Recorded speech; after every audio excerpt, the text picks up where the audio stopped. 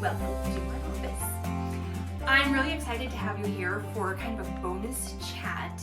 I'm going to try to keep things really casual, which means you're going to get all of my blunders, so I apologize if that's a problem, but I wanted this to feel like we were really just sitting down and having a visit.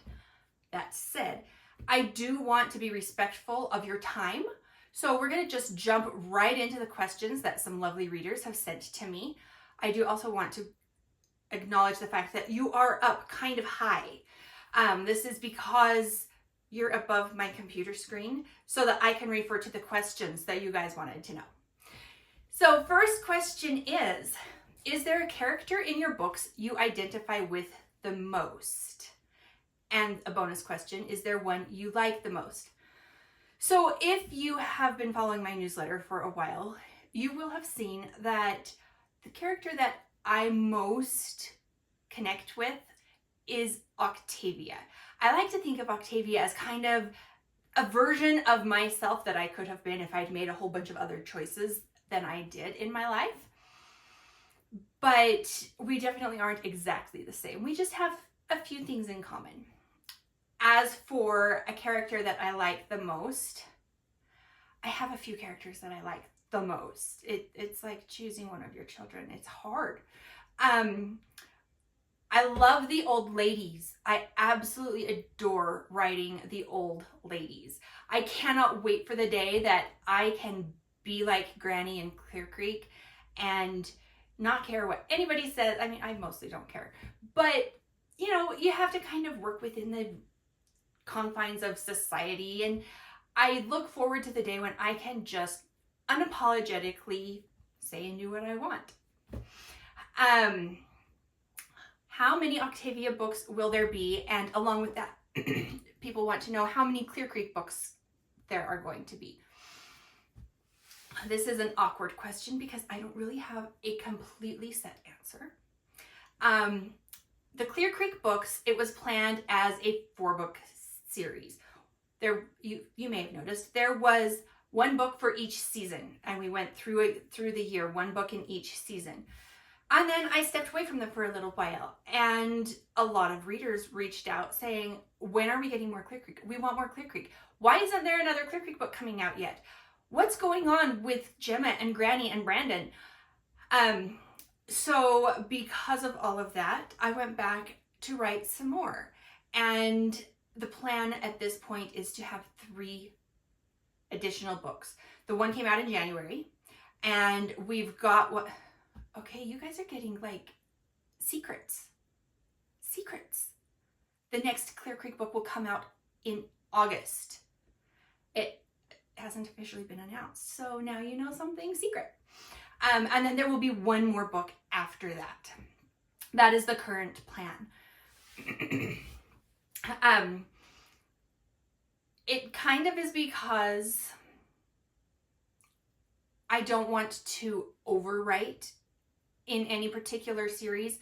I want to make sure that, you know, I'm not putting out a Clear Creek book every few months and everybody feels like they have to buy it and read it. And I understand that books have gotten very expensive, and I try to keep them at a reasonable cost for you, but I want to keep that in mind as I do things. The other side of that is that I have a hard time staying in one lane. I like to write in so many different genres, and just putting myself into cozy mysteries for as long as I have, it's been really good. I've really enjoyed it. But I do miss dabbling in other things. And I have found that like going between different series, I get that same feel and it feeds me in the same way. So my plan is to continue doing cozy mysteries. I might start dabbling in some other genres along with it, but that is why I have kind of made a set number of books in the series. As for the Octavia series, currently it has a plan of having 3 books, but I adore Octavia and Jack and Piper and that whole realm. So I might be tiptoeing back into that at some point. Is there an underrated book in your backlist? I actually get this question quite a bit. And the answer is yes, there is. Anku's Daughter is a book that kind of fell through the cracks. Not a whole lot of people have actually read that one. And I feel like it's actually my prettiest writing. And I had a lot of fun writing it. I could put a whole lot of trigger warnings on it, but I have issues with trigger warnings just because I feel like sometimes they go overboard and make people decide that they don't like the book before they even have a chance to read it.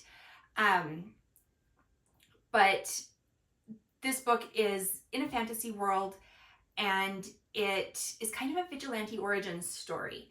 And if you read the blurb on the back of the book, it's very clear that there's dark things happening in this world. There's all types of abuse, and there's this vigilante who is out for retribution for the people who suffer these abuses. So just based on the whole concept of the book, there is some darkness there. And I have had some younger readers, like 13, 14, who have asked about it. And I do recommend to them that they talk with their parents before stepping into that world. I also recommend that they wait till they're like at least 16, just because of content matter. And I know that every person and every family has different limits on what they want teenagers to be reading. So I feel like that's kind of made it fall into the cracks a little bit. Next question is, do you always know who the murderer is before you start writing? And obviously this is geared towards my cozy mysteries. And the answer is usually, almost always.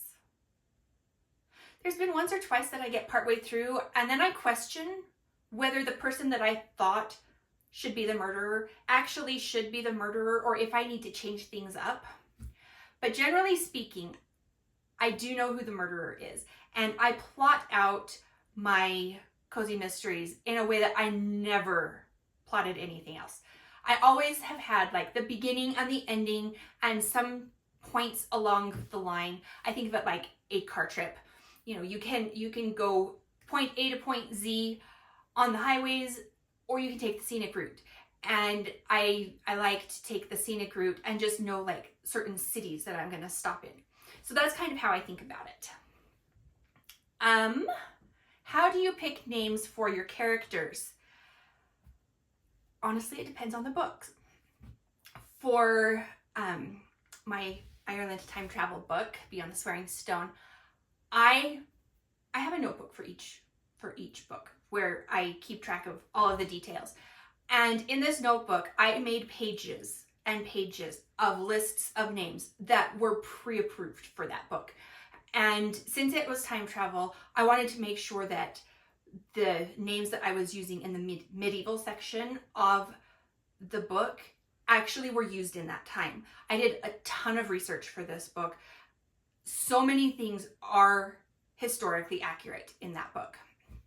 And the names were as well. For cozy mysteries, sometimes I like to go with a vibe, like tie it to the mystery. Octavia is a musician, and her name actually, when she writes it, she writes 8VIA. And if you are a musician, you know that the 8VA is telling you that you're writing an octave above. So this is Octavia's funny way of signing her name. And Octavia came from octave, and so I tied it in that way. And her best friend Piper, in the very first book, because of the person who dies, gets made the concertmaster of this symphony. That is not really a spoiler. It happens like immediately. But she's a piper, so she's leading the other musicians. Like, sometimes I pull in things like that, and it's just silly and it's fun for me. And if other readers pick up on it, that's fantastic, and it gives them just a little bit extra insight into the world. But you can read the books without knowing any of that. Uh-oh, my computer screen turned off because I talked too long. Okay, let's see. Now I need to know where we were. As I said, you get my blunders and bloopers. Okay, we are talking about Octavia. This question is, it says, I love all the music references you put into Octavia's books. How do you know so much about music? I was a classical musician from the time I was just under 6. I started taking violin lessons just before I turned 6. I switched over to the viola just before I turned 9. And I studied for a long time. I performed, I played professionally. So I lived in that music world for a very long time. I worked in a music shop for a couple of years. So I'm pulling in a lot of my own experiences for Octavia.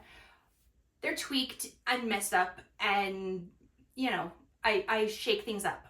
But that's the beginning of Octavia and how I know the music world and music references, and the pieces that Octavia plays are pieces that I love.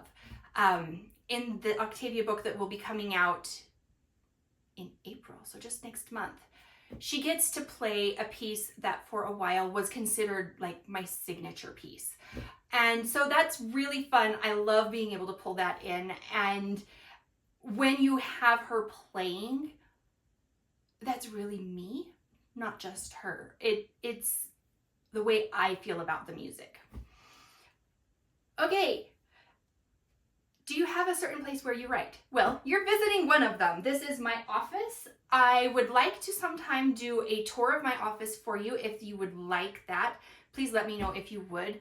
I have given my office a hobbit hole vibe, so I would love to give you a tour of my hobbit hole should you be interested.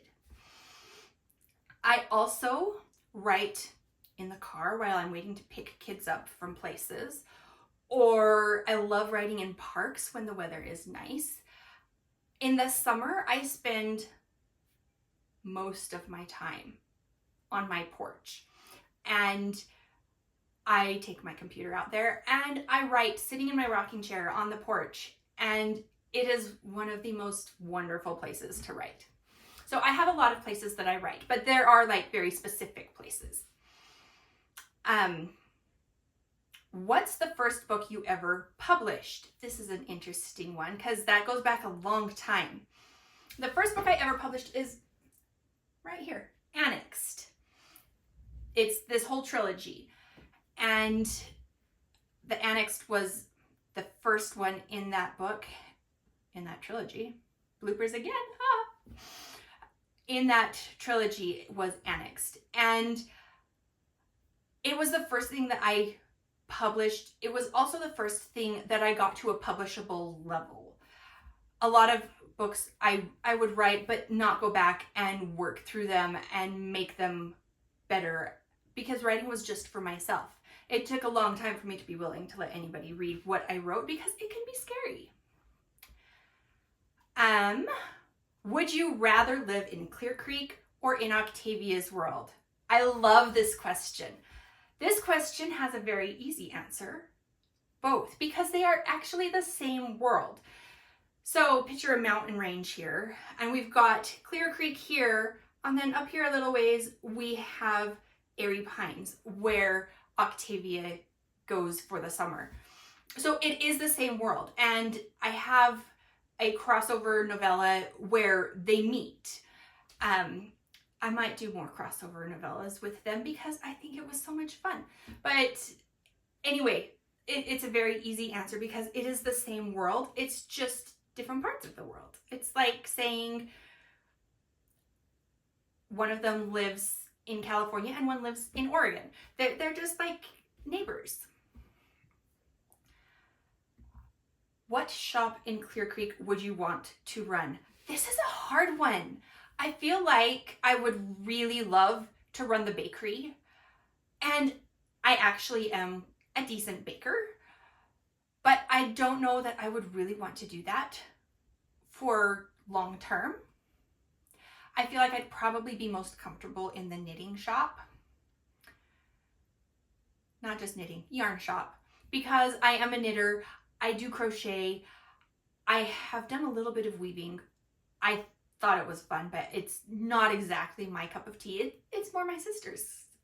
So I think I'd probably have to, I'd have to take black sheep yarns and woolies.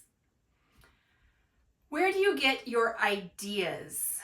This is a question that I think every author gets. And the answer is everywhere.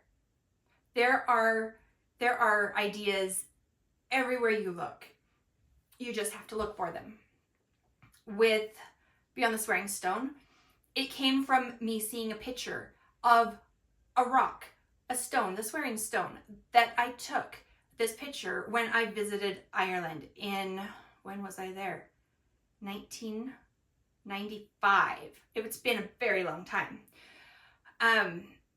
But I was looking at this picture and remembering this story that the tour guide had told us about swearing fealty by holding hands through the stone, and I started to play What If.